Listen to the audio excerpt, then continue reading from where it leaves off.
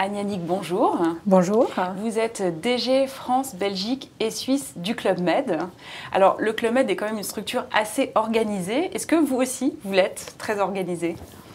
Oui, je suis assez organisée. J'aime bien avoir un bon rythme. Je déteste perdre du temps parce que je pense qu'on a tellement de choses à faire dans une journée et dans la vie en général qu'il faut pouvoir faire ça. Et en même temps, je trouve que c'est intéressant de se laisser des respirations dans la journée pour pouvoir aller chercher une petite pointe de folie et une petite pointe de créativité. Alors, où est-ce qu'elles se trouvent, ces respirations ? Comment vous les trouvez ?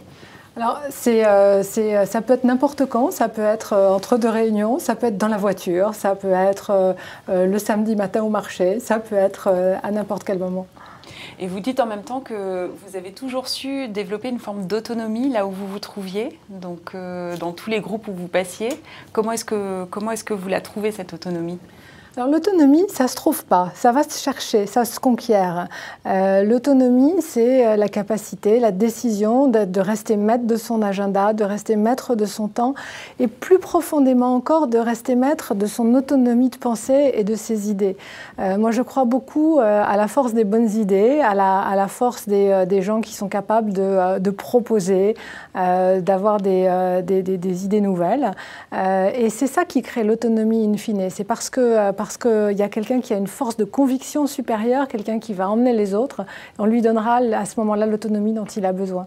Alors justement, le Club Med aussi a une structure assez pyramidale en fait dans ces clubs. Est-ce que vous-même, quel rapport est-ce que vous entretenez à la hiérarchie ? Un rapport, je dois dire, un peu paradoxal.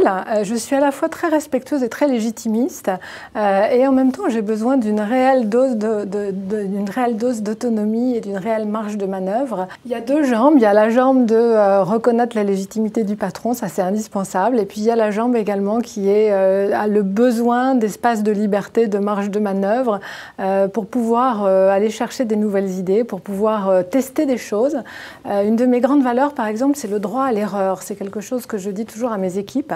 Si on n'a pas le droit à l'erreur, très rapidement, on n'essaye plus rien, on ne teste plus rien. Et je crois qu'il faut savoir s'autoriser des échecs, à condition de ne pas faire tout le temps le même, évidemment.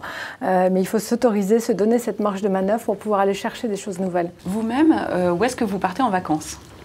Je pars beaucoup au Club Med, j'avoue. Tiens. Et j'y vais d'autant plus volontiers que je sais que mes deux ados vont me suivre sans aucune discussion et aucune hésitation. Vous avez une préférence pour un pays ou certains Club Med en particulier ? Il y en a deux que j'aime beaucoup en ce moment. Il y a le Club Med de Sinaï Bay en Égypte, qui est un endroit absolument paradisiaque, où on peut en plus allier une découverte culturelle au plaisir de rester dans un village, puisqu'on est à 2 pas de Petra notamment et du monastère Sainte-Catherine. Et puis autrement, j'aime beaucoup skier au printemps. Le ski de printemps est un moment magique parce qu'il fait beau, il fait chaud, il y a encore de la neige. Et donc là, je m'apprête à partir faire du ski. Où ça alors ? Vous pouvez le dire ou non ? Oui, je vais aller à Val d'Isère. D'accord. Pour finir, est-ce que pendant vos vacances, vous êtes plutôt lecture sur la plage ou sport intensif ?